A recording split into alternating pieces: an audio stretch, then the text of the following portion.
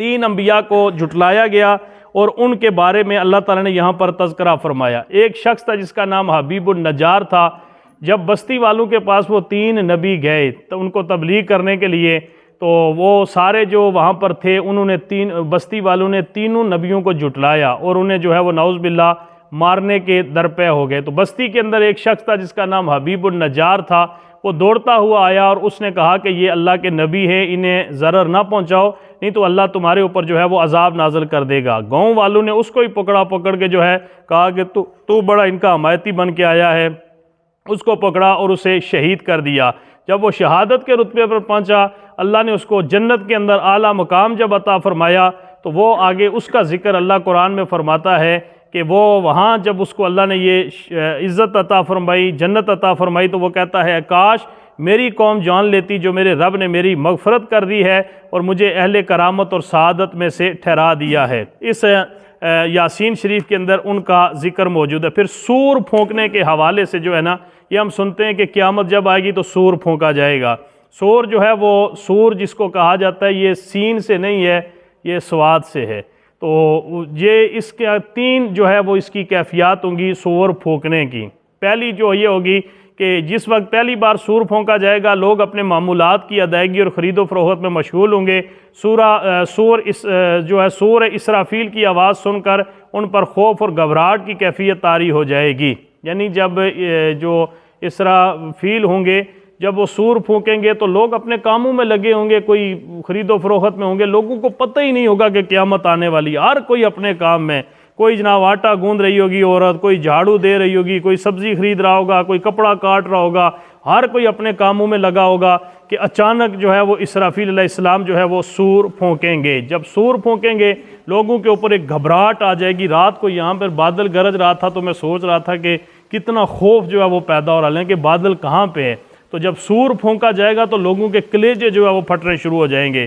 پھر جو ہے وہ دوسری دفعہ جب سور پھونکا جائے گا تو اللہ تعالیٰ کے علاوہ ہر چیز جو ہے وہ جو زندہ ہوگی وہ مر جائے گی۔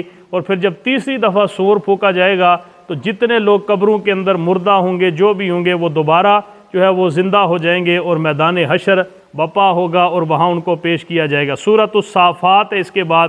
صافات کا مطلب ہے صفیں باندھنے والوں کی اللہ نے قسم فرمائی ہے۔ بعض مفسرین یہ کہتے ہیں کہ اس میں جو ہے وہ مجاہدین کا ذکر ہے۔ جب مجاہد جنگ لڑنے کے لیے جاتا ہے اور گھوڑوں کے اوپر صفیں بنا کے کھڑے ہوتے ہیں تو اللہ تعالیٰ نے ان کی قسم اٹھائی ہے۔ بعض کہتے ہیں نہیں، جب حالت نماز کے اندر کھڑے ہوتے ہیں نمازی تو اللہ اس صف کی قسم اٹھاتا ہے۔ اب ہماری جو مسجد ہے نا، اس کی اللہ کیا قسم اٹھاتا ہوگا، ایک بیچارہ ادھر کھڑا ہوتا ہے، ایک ادھر کھڑا ہوتا ہے، ایک ادھر۔ ہمارے اوپر تو لعنت برتی ہوگی، قسمیں اٹھانا تو دور کی بات ہے۔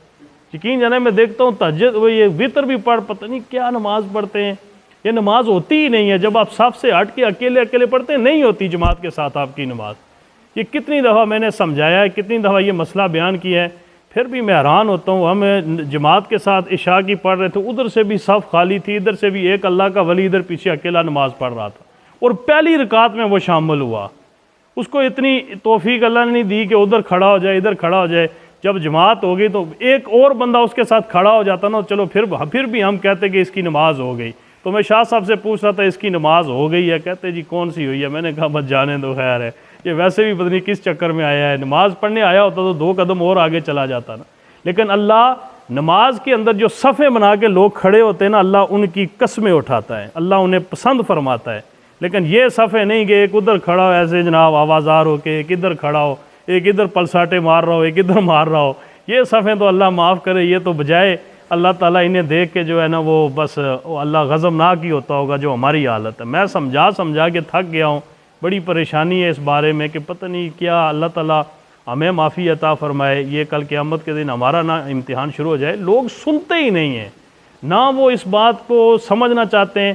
صف کے اندر یہ اس دن میں نے وہ مسئلہ بھی سمجھایا تھا کہ صف کے اندر جب آپ آتے ہیں پہلے دیکھیں آگے جگہ ہے تو ادھر جا کے کھڑے ہو جائے، نئی جگہ تو امام کے بالکل پیچھے سے صفیں بنانی شروع کرے، امام کے پیچھے کھڑے ہوں، پھر دائیں جانب جو ہے اگر ایک بندہ امام کے پیچھے کھڑا ہے، دوسرا آئے تو وہ دائیں جانب کھڑا ہو، تیسرا آئے تو پھر وہ بائیں جانب، پھر چوتھا آئے تو وہ دائیں جانب، یعنی امام کے دائیں جانب کھڑے ہونے کی زیادہ فضیلت ہے۔ ابھی میں مغرب کے وقت دیکھ رہا تھا کہ جو پچھلی صف تھی ہماری، وہ امام کے پیچھے ایک بندہ کھڑا تھا اور باقی سارے امام کے بائیں طرف کھڑے تھے۔ مطلب اب کیا کرے بندہ، کوئی مجھے آپ طریقہ سمجھائیں، یا تو میں ایک ڈنڈا لے کے وہ جس طرح سکولوں میں ہوتے ہیں میں پیچھے کھڑا رہا کروں، اور جو بندہ بھی نماز کے لیے ہے اس کو جناب میں ایڑی پہ مار کے تو آگے کروں، یہی طریقہ رہ گیا ہے۔ زبان والا مسئلہ تو ختم ہو گیا ہے، لوگ اپنی نمازیں خراب کر رہے ہیں، ہمارا تو کوئی نقصان نہیں ہے نا، لیکن بڑا افسوس ہوتا ہے کہ یار پتہ ہی نہیں لوگوں کو مسئلے کا۔ ابھی مغرب کی میں آپ کو بتاتا ہوں کہ ادھر امام کے پیچھے صف تھی اور باقی سارے لوگ امام کے بائیں جانب کھڑے تھے، امام کے دائیں جانب کھڑا ہونا زیادہ افضل ہے، اور برابر پھر کھڑے ہونا۔ اگر دیکھیں کہ یار تھوڑی صف زیادہ ہو گئی ہے تو پھر کوشش کریں کہ دائیں جانب آ کے کھڑے ہو، لیکن اگر دائیں جانب صف زیادہ ہو گئی ہے تو پھر بائیں جانب کھڑے ہونا یہ بھی ثواب کا کام ہے، یعنی صفیں برابر رکھنی چاہیے۔ پوچھ ہی کوئی نہیں، بس آتے ہیں جناب ایسے جس طرح بالکل کوئی ایسے کسی نے بس کوئی دے ہی لینا ہے دکان سے اور بس لیا اور چلا گیا، لائن میں لگ گیا۔ والصافات پر اللہ معاف فرمائے، والصافات اللہ تعالیٰ نماز کے اندر جو صف میں نمازی کھڑے ہوتے ہیں ان کی قسمیں اللہ اٹھاتا ہے۔ یہاں پر سورہ صافات کے اندر انبیاء کا ذکر ہے، حضرت خلیل حضرت ابراہیم علیہ السلام کا ذکر ہے کہ آپ نے اپنے بیٹے کو کس طرح ذبح فرمایا، کیا حکم ملا، پھر اس کے بدلے میں اللہ نے ایک فدیہ بھیجا مینڈے کی شکل میں، تو وہ اللہ نے قبول فرمایا۔ یہاں پر جو ہے وہ حضرت موسیٰ علیہ السلام کا ذکر ہے، حضرت الیاس علیہ السلام کا ذکر ہے۔ حضرت الیاس جو ہے یہ بھی اللہ کے نبی تھے۔ حضرت لوط کا ذکر ہے، حضرت لوط حضرت خلیل ابراہیم کے بھتیجے تھے۔ حضرت یونس کا ذکر ہے، یہ آپ نے سارے ذکر جو ہے وہ پیچھے سن لیے۔ اس کے بعد سورہ صاد ہے، چونکہ یہاں پر اس سورہ کا جو آغاز ہے یہ لفظ صاد سے ہوا ہے، اس لیے اس سورہ مبارکہ کو صاد کہا جاتا ہے۔ یہاں پر بھی انبیاء کا ذکر ہے، سلیمان اور سب کا۔ حضرت ایوب کا ذکر یہاں پر موجود ہے۔ میں مختصر حضرت ایوب کے حوالے سے بتا دوں، چونکہ موسیٰ حضرت سلیمان یہ آپ نے سن لیا ہے۔ حضرت ایوب علیہ السلام جو تھے یہ حضرت یعقوب کی نسل سے تھے، اور ان کے پاس ثروت و غنا کی بہتات تھی، بہت مالدار تھے، اللہ نے بڑی دولت دی تھی، باغات اور بڑی بڑی حویلیوں کے مالک تھے، زرعی زمینیں تھی اور بہت بڑا آپ کے پاس رقبہ تھا، نوکر چاکر اور کئی اللہ نے آپ کو بیٹے دیے تھی، اولاد بھی آپ کی بہت زیادہ تھی۔ لیکن اللہ تعالیٰ کی طرف سے آزمائش ہے، اللہ جب آزماتا ہے عام بندے پہ بھی آ جاتی ہے، لیکن نیکوں کے اوپر جو آزمائش اللہ کی زیادہ آتی ہے، پرہیزگار متقی اللہ کا جو بندہ ہوتا ہے۔ کل بھی میں نے عرض کی تھی نا، خدا کی یاد یہ نہیں ہے کہ اللہ دولت دے دے، خدا کی یاد یہ ہوتی ہے کہ اللہ اپنی طرف بندے کا رجحان کر لے۔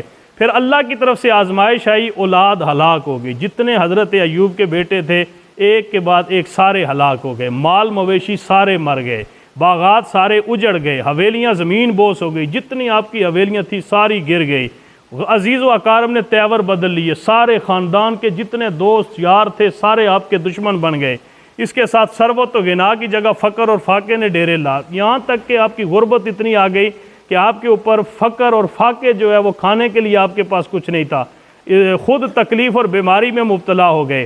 بعض تفاسیر میں ہے کہ یہ آزمائش 18 سال تک رہی، 18 سال تک حضرت ایوب علیہ السلام اس آزمائش میں رہے، مگر حضرت ایوب نے اپنی روش نہ بدلی اور صبر اور شکر کا دامن ہاتھ سے نہ چھوڑا۔ بالآخر آزمائش کا دور ختم ہوا اور اللہ نے پھر پہلے سے بھی زیادہ آپ کو نوازا اور پہلے سے بھی زیادہ اللہ نے آپ کو عطا فرمایا۔ یہ سورہ صاد کے اندر حضرت ایوب کا ذکر ہے۔ اس کے بعد سورہ زمر ہے، سورہ زمر کے اندر جو ہے وہ اللہ تعالیٰ نے جو اہل جہنم کا اور اہل جنت کے جو گروہ ہیں ان کا ذکر فرمایا ہے، اس لیے اس سورہ مبارکہ کو زمر کہا جاتا ہے، اور اس کا نام بھی جو ہے الی جہنم زمرہ الی الجنت زمرہ، یعنی گروہ در گروہ، لوگ جنت کی طرف بھی جا رہے ہوں گے اور جہنم کی طرف، اس لیے سورہ مبارکہ کو زمر کا نام دیا جاتا ہے۔ اور اس میں بھی اللہ نے توحید رسالت کو بیان فرمایا ہے، اور اللہ تعالیٰ نے اس سورہ مبارکہ کے اندر انسان کی تخلیق کے بارے میں جو چیزیں بیان فرمائی، آج کے دور کی وہ سائنس ساری چیزیں ان کو ثابت کر رہی ہے۔